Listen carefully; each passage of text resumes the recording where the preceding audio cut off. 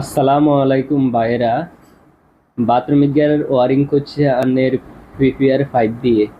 On call এটা খুলতেন যাই, call এটা খুলতে হারতেছি না, কল এটা ভিতর থেকে শুধু ফিরে ঘুরে কোনো প্রকারে এটারে আপনার খুলতে হারতেছি না। আমি কি করতাম কন আপনারা? এটা তো খোলা আজ যাইতেছে না। অনায় চিন্তা ভাবনা করছি কি কল এটারে ভাঙ্গি, এর ভিতরের থেকে কল এটারে ভাঙ্গি ভিতর থেকে আপনার যে কল এটার যে থ্রেডটা আছে, থ্রেড এর গোড়া থেকে কাটি হেলাইয়াম হেস্কু প্লেট দিয়ে।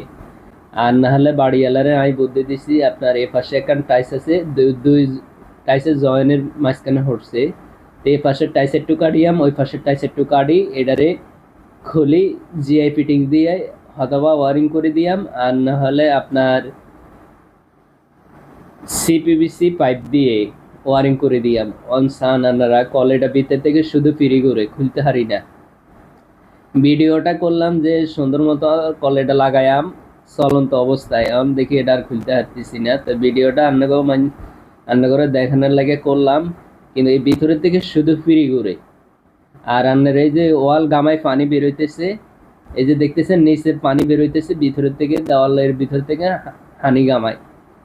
এখন কীর্তান কন আপনারা, এছাড়া তো আর কোনো বুদ্ধি নাই এটা খোলার। পিপিআর এর পাইপ দিয়ে আসলে কাজ করলে যে অনেক সমস্যা হয়, যার জলজন্ত প্রমাণ এটা।